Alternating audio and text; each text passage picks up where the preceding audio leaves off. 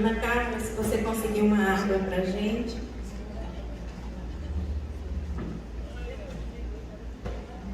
Pessoal, então a nossa dinâmica é essa. Vocês podem participar, fazer questões. Esse microfone, os dois microfones vão ficar aí à disposição, eles vão até lá em cima. Qual é o alcance dele?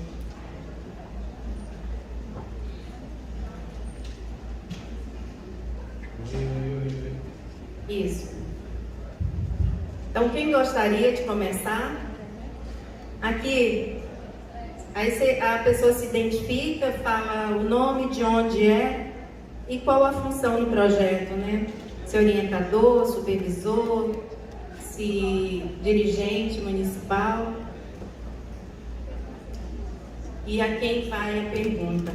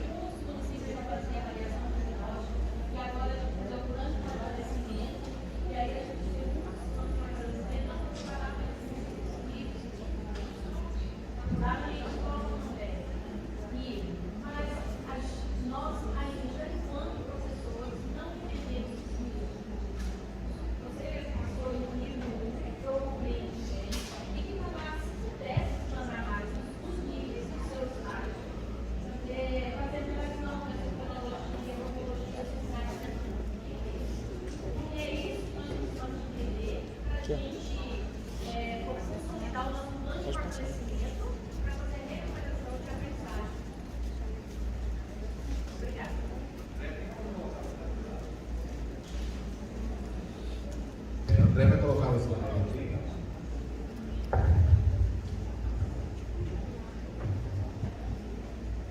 Tem alguma pergunta quando colocar o slide? Tá no tempo? Está? Então, vejam só. Como é que é o nome, professora? Maria Lucimar. Veja, eu até comentei com a professora. Essa questão de trabalhar os outros níveis, há até um salto, vamos dizer assim, no nível fonológico para o texto. Tem um livro que eu até vou sugerir para vocês, da editora Mercado de Letras. A autora é Gladys Massini Cagliari. Já estou falando Cagliari. Gladys Massini Cagliari. O nome do livro é O Texto na Alfabetização. O texto na alfabetização. É interessante porque ela vai mostrar o que acontece quando ela fez uma pesquisa a partir da linguística de texto e ela mostra o que acontece com a criança quando ela é alfabetizada com aqueles textos que são produzidos para a alfabetização e o que acontece quando as crianças são alfabetizadas com textos reais, que a gente pega no nosso cotidiano e trabalha com essas crianças. O que acontece quando elas vão escrever, né? E é super interessante porque as crianças que são alfabetizadas pelo método tradicional, na memorização e pelo texto, que é criado para ser alfabetizadas, elas até fazem um texto, vamos dizer assim, com poucos equívocos ortográficos, né?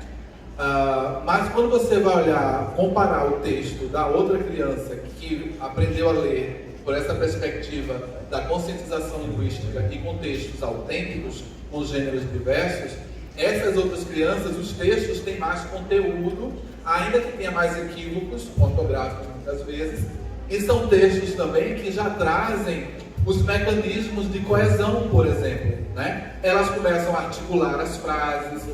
Vocês precisam, agora sim, eu vou ser sincero com vocês, eu estou falando de algo que aqui no Brasil a coisa não está muito elaborada para chegar na mão do professor, não. A gente sabe o que é necessário. Então, por exemplo, vocês precisam trabalhar não só no nível da frase, mostrando a composição da frase. É aí mesmo, André. É aí, essa daí mesmo. Veja só, pode ampliar, André, e abre no primeiro exemplo, por favor. Então vejam, a coesão, por exemplo, né, que nos ajuda a conectar as frases, que vai o conectivo, por exemplo, mas, porém, e, né? A própria pontuação, inúmeros conectivos que existem na língua, e eu posso fazer a coesão também por retomada, que são os pronomes. Então, muitas vezes, gente, a criança tem dificuldade para ler, porque quando o texto diz assim, ele, ela, a criança não retoma. Quem que é esse ele? Quem que é esse ela? Isso é a que a gente chama de coesão referencial, né? Então, essas crianças que foram alfabetizadas pela conscientização do funcionamento da língua e contextos autênticos, os textos que elas começavam a produzir já vinham com esse mecanismo de elas começavam a usar pronome para retomar, elas começavam a usar conectivos. Isso vinha meio que espontaneamente, porque de tanto elas ouvirem, né, e visualizarem, isso aparecia no texto dela. Então está nesse livro. O texto da sala de aula é editora Mercado de Letras, autora Gladys Massini Cagliari. Aquele livro que eu sugeri, que eu sou um dos autores, que vocês podem baixar, porque ele é edição digital, lá vocês vão achar também dois textos escritos por alunos no terceiro ano, duas perspectivas. A gente pegou como as professoras trataram os dois textos e a gente mostra como poderia ser feito de uma forma mais significativa. É como receita, sabe? Passo a passo, mostra para o professor, bonitinho, né? Mas eu vou mostrar aqui a questão dos níveis. Então, por exemplo, gente, olha só, essa brincadeira aqui, né? Como é interessante. O pai lê o jornal. Olha aqui o jogo, eu acho legal, porque embaixo de cada pecinha que a criança tem que montar, tem uma cor diferente. Então, a gente aprendeu na escola que isso é o quê? Sujeito, verbo, complemento. Essa é a ordem direta da língua portuguesa. S, V, C. Sujeito, verbo, complemento. Essa é a ordem direta. Se você quer escrever um texto mais claro possível, procure sempre escrever na ordem direta. Na ordem direta. Eu digo aos meus alunos que sempre que você encaixa alguma coisa aí entre o sujeito, o verbo e o complemento, provavelmente vocês vão precisar de vírgula, porque você tirou da ordem direta. Se você inverte, muitas vezes os concursos que vocês fazem e vai trabalhar alguma questão com que a palavra está concordando, o que é que eles fazem? Eles invertem a ordem da oração e, se vocês observarem, os equívocos de concordância que os alunos fazem ao escrever, muitas vezes até meus alunos aqui na UFP fazem, e que eu paro, olho e por que ele fez isso? São construções invertidas. Ele inverte a ordem do sujeito, aí na hora de flexionar o verbo, já perdeu o sujeito. O sujeito ficou lá atrás, está lá na frente, sabe? Tem muita coisa encaixada e ele perdeu. Aí, por isso que erra a concordância. Então, esse jogo aqui, ele está trabalhando isso sem dizer o nome. Ó. O pai é uma cozinha mais escura, o verbo vem em verde claro e o complemento em azul, né? O pai lê o jornal, o avô joga xadrez. Olha aqui. Aí como é que dá para a gente trabalhar com as crianças, né? Quem age, né? Em vez de sujeito, vai usar o nome sujeito, criança. Quem que está agindo aí? Quem que faz a ação? Qual que é a ação que acontece aqui? O que é que está acontecendo? O que é dito nessa frase? O que aconteceu? Qual é a palavra que indica o que aconteceu? Aí pinta de uma corzinha, né? Quem que é responsável por isso que aconteceu? Quem foi que fez essa ação?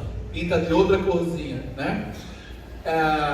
E sobre o que essa ação caiu sobre quem, né? Aí vai cair lá no complemento. Agora, tem uma questão semântica, veja como é diferente. O pai lê o jornal, o pai joga xadrez. Essa ação, ela incide sobre o complemento. Mas é diferente disso daqui, ó. A mãe faz bolo, a tia corta a revista. Por que é diferente? O complemento aqui, ele muda de forma, ele é atingido de uma forma muito mais forte. A mãe faz bolo, o resultado é uma coisa diferente de dizer assim, o pai lê o jornal. Quando eu leio o jornal continua sendo o jornal. Quando eu digo que a tia faz o bolo, o resultado da ação cria algo. Quando eu digo a tia corta a revista, essa ação modifica o estado daquilo, né? Então veja, com cores diferentes, são frases diferentes. Esse é um modelo de frase canônico da língua portuguesa. Aí eu posso pegar duas frases sobre o mesmo assunto, quando eu vou construir. Isso aqui, gente, vocês vão elaborar um texto com as crianças. Vocês chamam atenção para isso, escrevendo no quadro para eles. Aí sempre frases simples. Aí vocês começam a usar a conjunção para juntar frases. Como é que eu junto? Vamos botar um i aqui, se der para usar o i, aí vamos construir outra frase. Desse mesmo modelo, quem faz, o que faz e sobre o que cai em ação. Sabe? Aí, olha essa aqui como é diferente já. Olha essa outra aqui. A Marta está na piscina. O que é que mudou? O verbo já não é aquele verbo que exige o complemento, não é? É um verbo que indica onde ela está e não tem mais um complemento do verbo. Aqui aparece aqui, ó. Olha aqui embaixo. De quem se fala, indica estado e a localização. Já é um outro tipo de frase. Então tem vários tipos de. Olha essa outra aqui. Essa que está mais clara, ó. O cão come no terraço. Eu já não tenho o sujeito, o complemento, quem faz, o que faz e sobre onde recai a ação, sobre quem ou o que recai a ação. Não, eu tenho o lugar onde a coisa aconteceu. É outro tipo de frase que eu posso ensinar meus alunos a fazerem. A ação, quem faz a ação e onde a ação acontece. Já mudou. Aí isso aqui eu tenho o quê? Ó? Quem age, a ação e o local da ação. Tá? Então assim, trabalhar esses diferentes tipos de frases. Olha aqui, ó.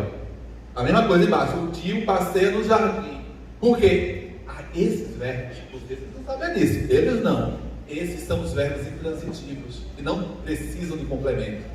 O que eu tenho ali já é uma adjunta adverbial de lugar. Então eu vou ter ação, mas essa ação não vai modificar o estado de alguma outra coisa, que é o complemento. Ela para ali, mas eu digo onde aconteceu. É um outro tipo de frase. Olha esse aqui. A avó nada depressa. Eu vou ter quem faz, eu vou ter a ação, também é um verbo, não pede complemento. Mas eu não vou ter agora o local. Eu vou ter o quê? O modo como a avó faz. É um outro tipo de frase. Tá vendo? Quem age, a ação e o modo da ação. Como foi? Depressa? Sabe? Então assim, aí você pode pedir para eles, olha, o que você fez ontem em casa? Quero que você diga o que você fez e o modo como você fez. Dê uma frase. Né? E aí vem vocês com o conhecimento e saberes da prática de vocês. Então, isso é sintaxe e veja que eu estou trabalhando a semântica junto, o sentido junto. Aí vem uma questão mais complexa aí para as outras séries, que é mudar a ordem, né? Eu poderia dizer, quando eu digo a avó nada depressa, então eu vou voltar para cá, para outra. Quando eu digo assim, o cão come no terraço, eu estou falando sobre o cão. Se eu disser assim, no terraço o cão come, eu estou falando do lugar, não mais do cão. Porque eu alterei a ordem, e aí pede vírgula, no terraço, vírgula, o cão come, porque eu mudei a ordem direto do português. Entendeu? Então, gente, é essa coisa de refletir sobre. Aí, veja, a gente quer que o aluno escreva texto, mas a gente pode treiná-lo a escrever frases antes, né? E o texto, vem a questão, o nível do texto, a morfologia é aquele nível que eu mostrei para vocês do elefante, né? E ali eu pesquisei, e por que é morfologia ali? Por que é morfologia, gente? É a parte da gramática e vai trabalhar, até em biologia tem, a morfologia são as formas, né? A morfologia trabalha com palavra, no nível da palavra, tanto classificando essas palavras, que são as classes de palavras que vocês conheceram, substantivo, adjetivo, conjunção, interjeição, advérbio, como a composição de palavras, que é algo super interessante trabalhar na alfabetização, o uso de prefixos, né? Prefixos que negam, desconstrução, né? Outras palavras, desconstrução, outras palavras com des, gente, fica negação. Desfazer, né? Então são pedacinhos de palavras que eu posso criar atividades para as crianças perceberem que na língua eu tenho recursos e quando eu coloco junto à palavra ele diz o contrário. Desconstruir, desfazer. Que é dos bebês quando estão aprendendo a falar. As crianças, elas criam palavras. Eu acho que vocês já perceberam isso, crianças. Elas criam palavras que não existem na língua, mas dentro das regras da língua. Né? Tipo assim, a criança tomou a água e botou para fora. Ela vai dizer assim, DSBD. Não existe DSBD, né? Mas ela é assim, e é por isso que a gente diz a gente gramática internalizada, né? É a gramática internalizada que a criança vai se apropriando desde que está na barriga da mãe, né? Por isso que é muito importante, desde que a mulher está grávida, né? Essa coisa de contar história, o bebê nasceu, conta história, tal. Gente, faz toda a diferença na vida de uma criança. Por isso que é muito importante o papel da educação infantil, esse trabalho com a linguagem, sabe? Da leitura com a criança, contar os bebês na creche, isso é muito importante. Deveria ser muito mais valorizado, porque isso é o grande diferencial. Quando eu morava em Araguaína, eu dizia assim, tinha uma escola lá bem conhecida, o Colégio Santa Cruz. Na época, era dito como o melhor colégio, os alunos passavam no vestibular. Eu dizia para os professores, para os pais, o Santa Cruz não é um colégio maravilhoso.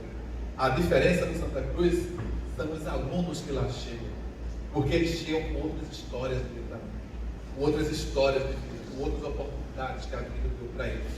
E a gente sabe que na escola pública nem sempre a gente vai ter essas crianças com essas outras oportunidades legitimadas e privilegiadas. E aí a gente precisa criar essas oportunidades, né?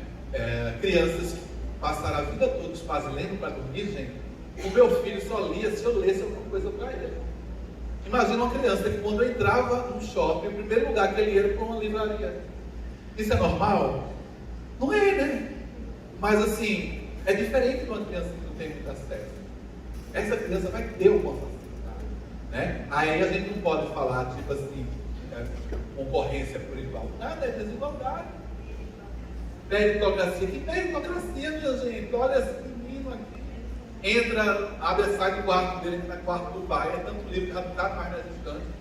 Né? Que meritocracia é essa? São realidades distintas. Mas aí nós temos que fazer um trabalho, né? Muito significativo com os nossos alunos, para dar essa possibilidade. Porque tem crianças lá que estão sedentas, super talentosas, que elas precisam ter uma oportunidade. Você falou?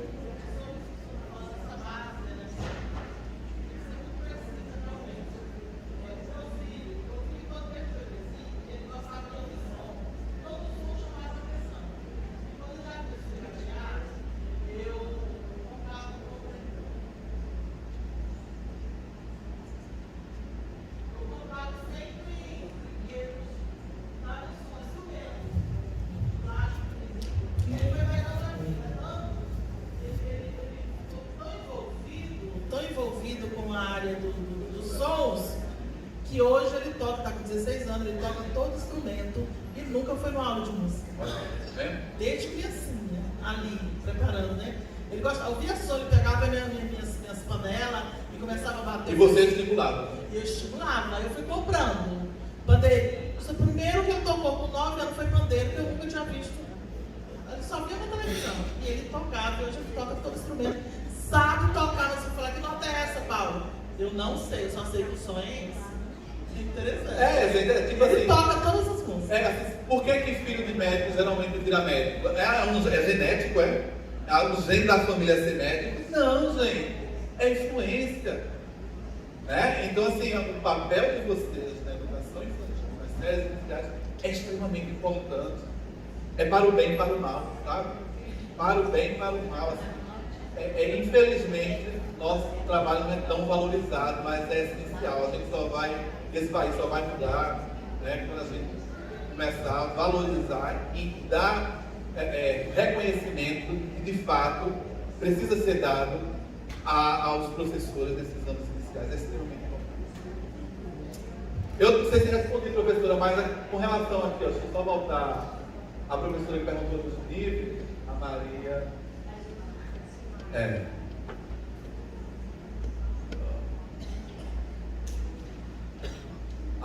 O elefante está antes, né? Vou só botar aqui lá.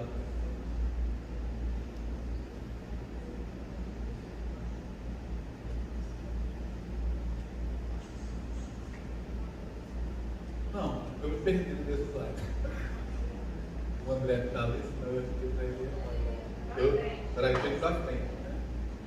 Agora eu avanço. Agora.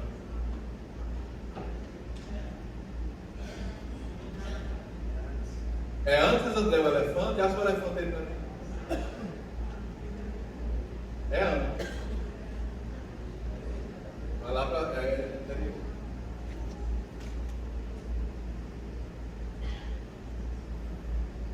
Ana.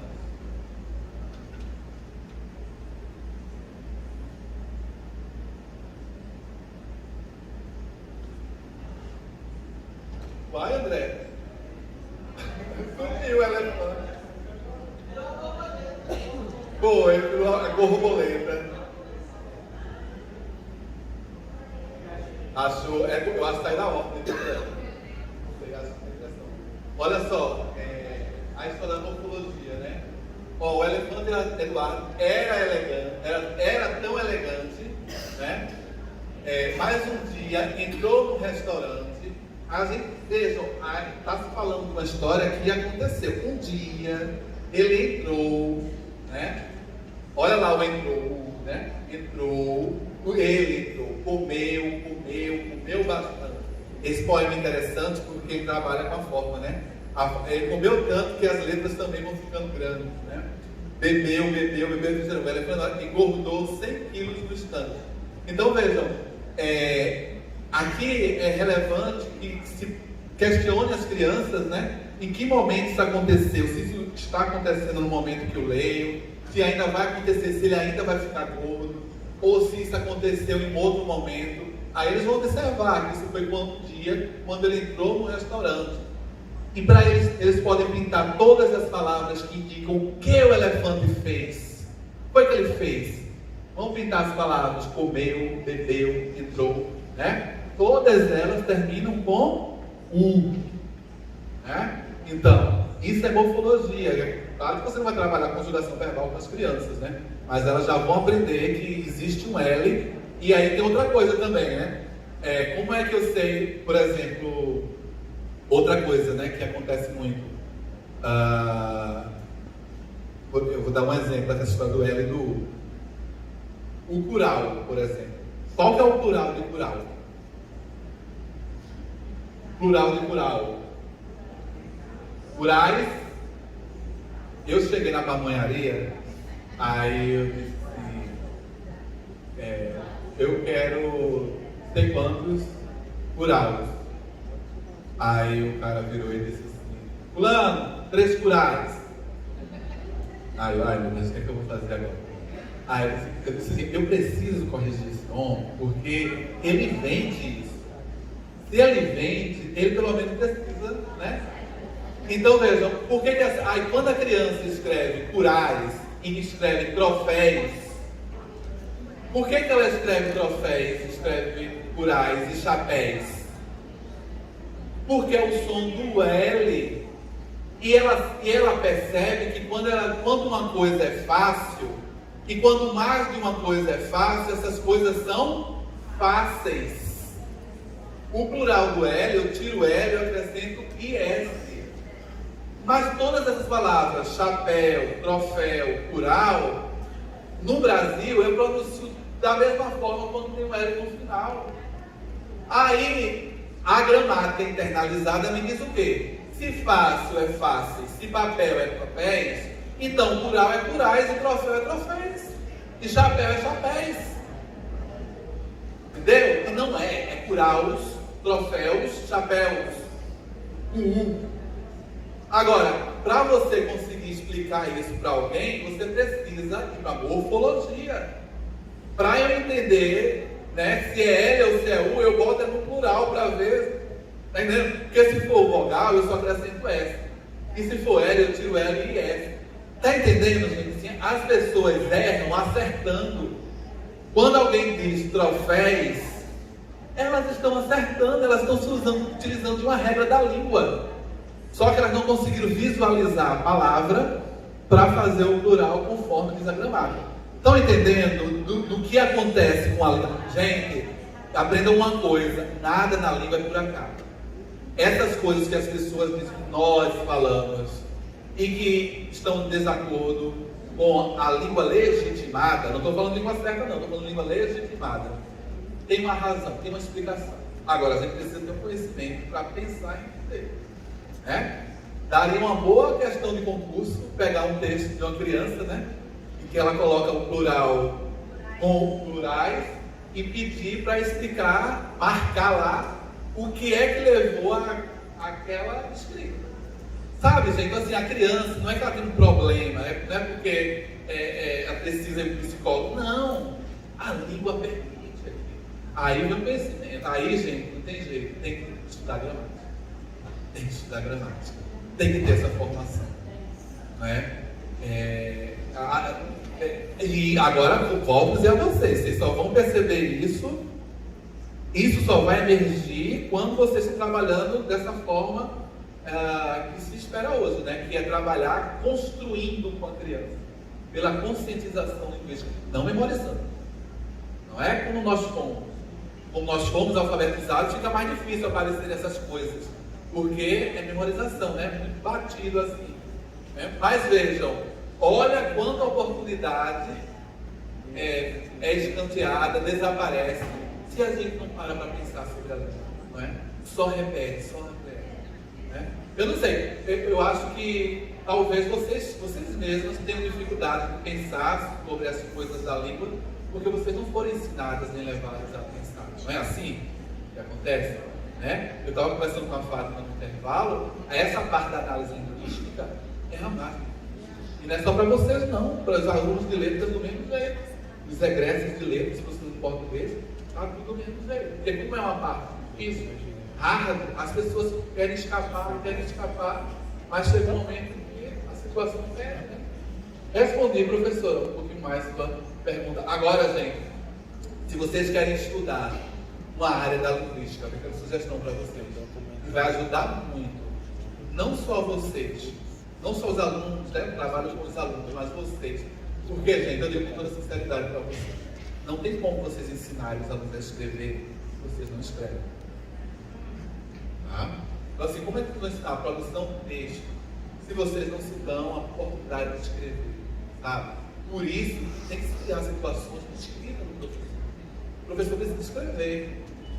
Né? Então, assim, para mim, por que é tranquilo trabalhar a escrita com meus alunos? Porque eu escrevo muito, eu escrevo no jornal. Se vocês procurarem o nome do jornal Notícias, vocês vão ver vários artigos de opinião lá. Se vocês procurarem artigos científicos, eu escrevo muito. E escrever para mim, se eu não escrevo, eu fico estressado. Sabe? Eu fico estressado. Tem que escrever. Então, assim, aí na hora que eu vou escrever, corrigir as coisas dos meus alunos, eu estou falando de algo que é muito próximo para mim, muito familiar. Então, se vocês precisam escrever, então, uma sugestão, se forem fazer um outro módulo do curso, esse módulo tem que ter escrita de vocês. Vocês precisam escrever nesse módulo, alguém precisa corrigir, pedir que vocês reescrevam, porque assim vocês vão aprender. Porque é isso que vocês vão ter que fazer com os alunos de vocês. Desde criancinhas reescrevendo, apagando, escrevendo. Eu estou falando de texto. Aí minha sugestão para vocês: procurar o material da linguística textual. Se tem uma grande contribuição na área dos estudos linguísticos, é essa área da linguística textual. Com muito material bom, né, que pode auxiliar na sala de aula. A linguística textual. E aí eu vou sugerir duas autoras que publicam juntas: a Indedore Vilaça Cor e a Wanda Elias. Elas têm 3 livrinhos super fáceis, né, para quem está chegando na linguística textual, todos eles da editora Contexto. Editora Contexto. Tá? Ler e compreender o sentido do texto. Hoje vou falar do jeito que escreve. Ingedore, o G. Ingedore, e o Có é K-O-C-H. Acho que é assim. Ingedore e Có. E a outra, Wanda Elias. Tá? Editora Contexto. Um dos livros é Ler e Compreender os Sentidos do Texto. O outro é Ler e Escrever o Sentido do Texto. O outro é Argumentar. Então, assim, assim, gente, vocês precisam investir. Eu sei que é difícil a vida e o tempo é curto, mas a gente precisa dedicar o que a gente faz e fazer bem feito. Tudo que a gente faz tem que fazer muito bem feito, né? Eu li uma frase esses dias no Instagram que diz assim: que você é importante para alguém, né? Cada um de vocês aqui é importante para alguém. Alguém está, aí o texto continua assim: alguém está rindo agora porque lembrou de alguma coisa que você falou em algum momento, né? Você disse alguma coisa, sua atitude, né, provocou alguma coisa em alguém, em alguma situação. Você é importante. Nós somos importantes para os nossos alunos. nós marcamos a vida do nosso plano. Então a gente tem que fazer muito bem feito, mesmo consciente da nossa fragilidade. Que existe, claro. Tá? É isso, eu acho que eu respondo.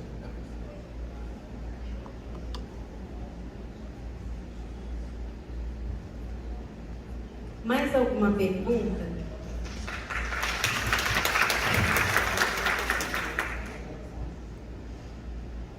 Se não tivermos mais perguntas, a gente já pode encerrar.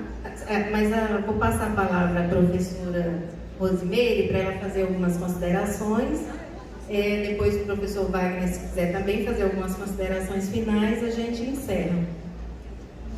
Pensei que vocês iam ter muitas dúvidas, muitas perguntas, gente. Pessoal, um momento como esse é um momento que nos mostra a necessidade que nós temos de estudar. Porque às vezes a gente acha que quando está na condição de professor, a gente precisa estudar mais. Essas colocações que o professor Wagner colocou aqui, né? Colocações que o Wagner colocou, são fundamentais porque a gente ensina sem saber. A gente ensina sem conhecer. O verbo conhecer mesmo, identificar. Eu só queria ressaltar uma coisa, por isso que eu peguei o microfone. A matemática tem a mesma concepção. Esse domínio das especificidades de cada contexto matemático, né? Assim, como cada contexto do nosso sistema de ensino e da própria questão dos aspectos conceituais e interrelacionais, o domínio de cada coisa. E quando vocês forem assistir o videozinho dos 7 sábios cegos, vocês vão entender tudo isso, né? Vão refletir, vão remeter-se, né? Aquele negócio de remeter-se para outro, você vai fazer como se fosse um foguetinho lá no seu cérebro. Quando vocês forem assistir o videozinho dos 7 sábios cegos, existem vários tratamentos para esse videozinho dos 7 sábios cegos.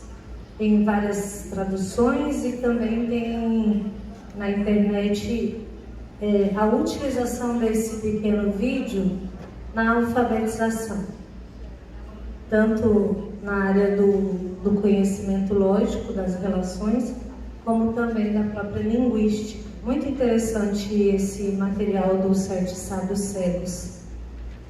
E quando o professor Wagner colocou aqui a questão da importância do verbo, né? A ação e o que esse verbo vira ação. E eu gostaria de ressaltar um aspecto importante que vocês precisam repensar para o retorno em agosto, para que esse nosso trabalho aqui de um ano, né, desde a rede, desde a RCP para os municípios que já estavam na RCP, tratar com qualidade a leitura das habilidades, a correlação com os descritores, né? E como que essa habilidade, esse verbo, ele vai crescendo em forma ascendente lá nas habilidades, desde o início do processo de imersão dessa criança na escola, e é onde ele faz essa transposição aí do abstrato, concreto, 1, 2, 3, 4, 1, 2, 3, 4, 5, 6, 7, 8, 9, 10, 11, 12, 13, 14, 15, aí ele cria esse significado para dar concretude no próprio pensamento. E como é que a gente dá concretude nesse próprio pensamento? Quando a gente consegue fazer aquilo que eu fiz com a tabuada aqui, né? Juntar a minha capacidade operacional em outras situações que são dependentes daquele conhecimento acumulado. É por isso que, quando a gente fala de Piaget, eu fico me perguntando se só assimilar é o suficiente, porque a gente tem tanta coisa assimilada, né? Mas não se constitui nossa, ela não é apropriada, ela não é internalizada, ela não sai para fora de volta. E o próprio verbo assimilar e apropriar, qual é a concepção, quando os autores colocam essa determinação e quando eles identificam o contexto teórico deles. E isso, professora Jússia, a gente vem discutindo muito nos plantões pedagógicos, pelo menos com a minha turma, sobre a concepção da palavra trabalho para o Saviani e para a PHC. Né? O que é esse trabalho cognitivo? O que é esse movimento cerebral quando a gente operacionaliza, quando a gente compara, quando a gente analisa uma frase, constrói uma frase, né? Porque o trabalho, ele constitui-se de atividades, né? E a gente faz atividades físicas para ser saudável, mas porque a gente consome caloria, dá equilíbrio para o nosso corpo, consegue ajeitar as coisas aqui dentro do nosso corpo. Então, o conceito de essa ação do trabalho que o Saviani fala na formação humana das nossas crianças é fazer essas crianças trabalharem com significado, significação, dando sentido. E eu só vou fazer uma relação quando o professor Wagner falou dos joguinhos, né? A matemática tem acontecido, sempre aconteceu isso, mas a matemática de uns 10 anos para cá, ela vem ganhando uma nova concepção de que a planta baixa de uma casa pode ser trabalhada com a proporcionalidade adequada com a criança. E quando o professor muitas vezes trabalha a planta baixa da casa da criança, não coloca como critério de produção a proporcionalidade de 1 metro para 1 centímetro.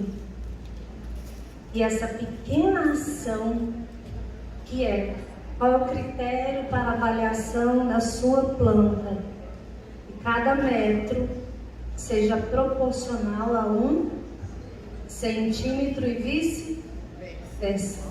Nesse pequeno momento, nesse pequeno movimento, a criança vai saber que se a casa dela tem 7 metros, ela tem que sair do 0 ao 7, porque ela sai do 1 ao 7, como muitos de vocês já usaram a régua, a partir do 1, não a partir do 0, porque eu não saio lá do 1, eu tenho que dar o primeiro passo, então eu tenho que sair do 0.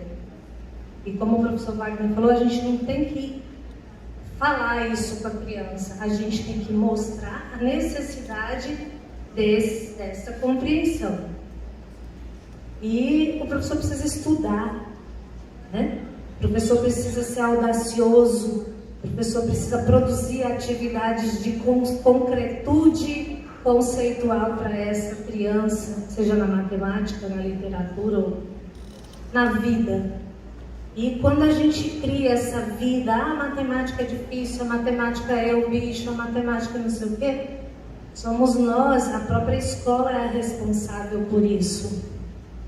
Porque a maioria das situações didáticas da sala de aula não é para promover o ensino de matemática, mas para desconstruir a capacidade cognitiva de muitas crianças, que em grande parte se dá pela falta de domínio do conteúdo dos professores. É uma verdade que dói, mas é uma verdade verdadeira, né? Que o professor às vezes esquece que ele tem que estudar, que ele tem que ter domínio mínimo e tem que ter humildade para procurar um colega quando ele não sabe. A humildade para o professor parece que é uma coisa que dói tanto, né? E deveria ser um caminho inverso. Então, essa humildade que vocês estão promovendo aí quando vocês estão mudando o planejamento. A gente faz planejamento coletivo, né, professora Júcia? Mas aí está todo mundo na escola, os professores do primeiro ano, cada um na sua mesa e cada um no seu próprio plano. Então, enquanto o coletivo não for posto na mesa, não vai aparecer as temáticas, professor Wagner, porque as temáticas elas surgem a partir da troca, da experiência e da vivência. Então, todas essas relações aí que a gente precisa pensar que o quanto a linguagem pode contribuir com a competência na interpretação de uma situação problema, o quanto o domínio, né, dos verbos para os professores é importante. Esse movimento espiral que se dá ao verbo de reconhecer, identificar, selecionar para chegar no compreender. Esse percurso metodológico que nós precisamos promover. Então a gente pode transformar. A gente não vai fazer milagres, mas a gente pode cumprir o nosso papel social de educador, de professor, né, de ensinante. Fazer com que os nossos alunos sejam aprendizes felizes. Porque a gente precisa superar essa coisa da frustração. Porque tem tanta gente doente, né?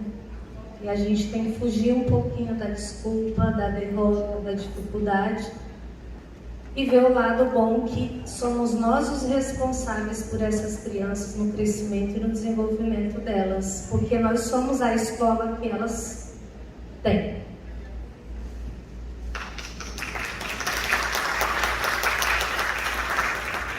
Bem rapidinho, só agradecer a vocês, eu agradeço ao Zé Carlos e a professora Júcia pelo convite. E agradeço a todos e a todas, né, que estão aqui pela atenção. E aprendi muito hoje com todas vocês, com a professora também de matemática. Né? Eu acho que a gente precisa, né, fazer esse diálogo com a portuguesa com o ensino da matemática. E, gente, só aquele texto eu achei que eu tentei comentar rápido para vocês. Eu vou ler aqui para vocês, é bem curtinho. E só desejar tudo de bom para vocês, sucesso na caminhada de vocês e realçando o que eu disse antes. Vamos fazer nosso trabalho muito bem feito, como a gente sabe fazer, porque a gente marca as pessoas. E o texto que eu falei para vocês é o seguinte: você pode pensar que é completamente insignificante neste mundo, mas alguém bebe café na caneca favorita que você deu. Alguém ouviu uma música que lembrou você. Alguém leu um livro que você recomendou e mergulhou de cabeça nele. Alguém sorriu após um árduo dia de trabalho, porque se lembrou da piada que você contou. Alguém se ama um pouco mais porque você elogiou. Nunca pense que você não tem nenhuma influência. A marca que você deixa nas pessoas não pode ser apagada. Obrigado.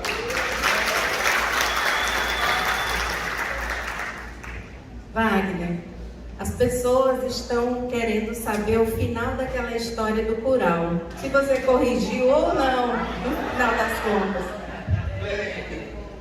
Eu falei assim, com toda a educação, porque assim, na linguística a gente fala da variação linguística, né? A língua varia e as pessoas precisam utilizar a língua conforme a dança, conforme a situação.